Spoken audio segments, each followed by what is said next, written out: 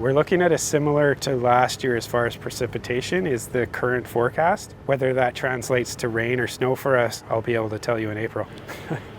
Last winter was a particularly severe winter for us in Service Area 3, especially between Christmas through to New Year's. We had high volumes of snow, repeat events back to back. In this area, we do get a lot of precipitation. We hover +2, -2, and it's just a matter of degrees between rain and snow.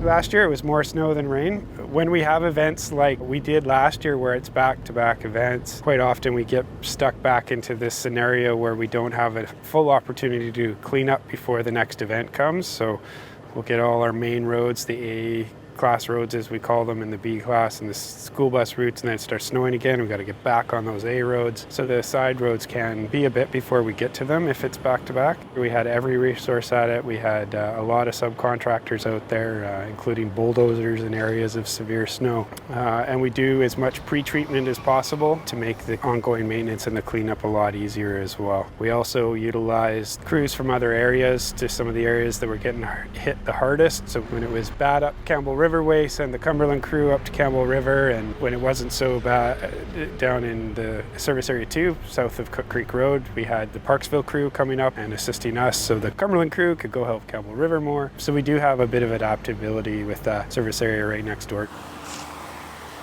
This winter we adjusted some of our units, so we really analyzed which truck where is the best scenario, so that gives us a quicker reaction time. We're diligent on monitoring the forecasts. We have a contracted meteorologist company that analyzes a bit more than you get out of your regular Environment Canada forecast. Our crews look at those on an hourly basis so that we can adjust what we're doing and what we're prepared for before it comes. 90% of the time in this service area we are able to pre-treat. We do run into issues with pre-treatment if it's sort of rain to snow scenarios, and that's when the rain washes away our pre-treatment before the snow gets there, which is probably one of the most problematic scenarios in Service Area 3 and causes black ice that can occur despite our best efforts with the climate we live in here. All of our equipment is GPS enabled, not just location, but it also tells us plow blade up, plow blade down, application rates, are they putting out sand, are they putting out salt, at what level. We can view that all real time or historical. One thing's for sure, if it's snowing, we're out there. It's the job we have and we take it very seriously. Just because you don't see a truck doesn't mean they're not out there. They could have gone to a different area, or you just be ahead of you or behind you.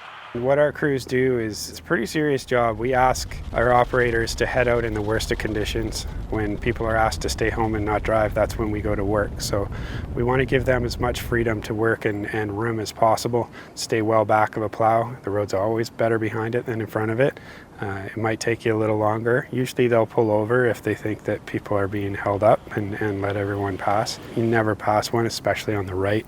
You just can't see what's there. If it is snowing, always give yourself a little bit of extra time. Our rule of thumb is if you had to scrape your windshield in the morning, you should probably give yourself some extra time, because that means either there could be black ice out there, or it could be looking like we could get some snow. Let's all have a safe winter, everybody.